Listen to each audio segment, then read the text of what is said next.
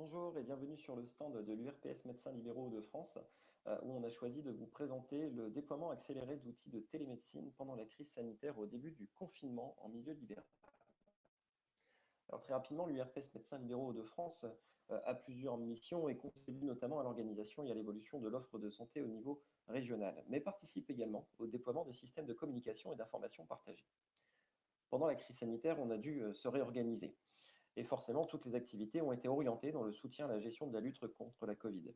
Et l'un des axes de soutien fut l'accompagnement des médecins de la région dans la prise en main des outils de télémédecine, puisque, on va le voir, cette crise sanitaire a permis l'accélération des usages de télémédecine. Alors, le déploiement des outils de télémédecine par l'URPS s'est fait à travers le programme régional Prédis. Prédis est un programme qui est porté par l'ARS, son GIP Santé numérique et ses différents membres, hospitaliers, libéraux, régionaux, etc. Prédis permet le partage d'informations et la coordination des acteurs de santé autour du dossier régional du patient. Les mises à disposition des premiers services pendant la crise furent la téléconsultation et le télésuivi des patients atteints du Covid-19. Pour plus d'informations, n'hésitez pas à vous rendre sur le site predis.fr. À travers le déploiement de ces pratiques, nous les avons évaluées. Alors à travers deux grands axes, à travers les indicateurs de suivi d'activité et surtout à travers une enquête de satisfaction qui a été portée en mai 2020. Cela concerne à peu près 2000 professionnels de santé inscrits au programme qui ont réalisé 60 000 téléconsultations en 10 mois et qui avaient en moyenne réalisé en début de confinement 1000 téléconsultations par jour. L'enquête de satisfaction a permis d'interroger 500 professionnels de santé pour une moyenne d'âge de 50 ans et on peut observer que 80% d'entre eux étaient des médecins généralistes et 20% des médecins spécialistes et notamment des psychiatres, des dermatologues, des rhumatologues et des anesthésistes. Les autres spécialités étaient moins représentées.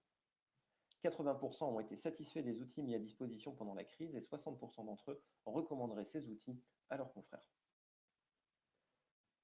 Alors l'évaluation des pratiques a permis d'appuyer différentes motivations. Bien sûr, ces médecins ont pu tester un outil de téléconsultation à distance non payant et conseillé par leur URPS. Ils ont obtenu un accès rapide dans le cadre de cette pandémie et ils ont bénéficié d'un service régional. On a pu observer différents profils utilisateurs. 25% d'entre eux utiliseront la téléconsultation dans une moindre mesure après le confinement. On pourrait vérifier ces informations en cette fin d'année durant le second confinement. 25% continueront de l'utiliser, voire davantage, puisque ceci a apporté des modifications de pratique. 25% sont indécis sur leur future utilisation et 15% seraient conditionnés si le remboursement à 100% persiste ou pas. Enfin, dans cette expérience, nous avons pu dégager 4 axes de développement. Bien sûr, l'accompagnement humain qui était nécessaire pour développer les usages. L'outil doit être co-construit au plus près entre l'éditeur et les utilisateurs dans le cadre d'une amélioration continue.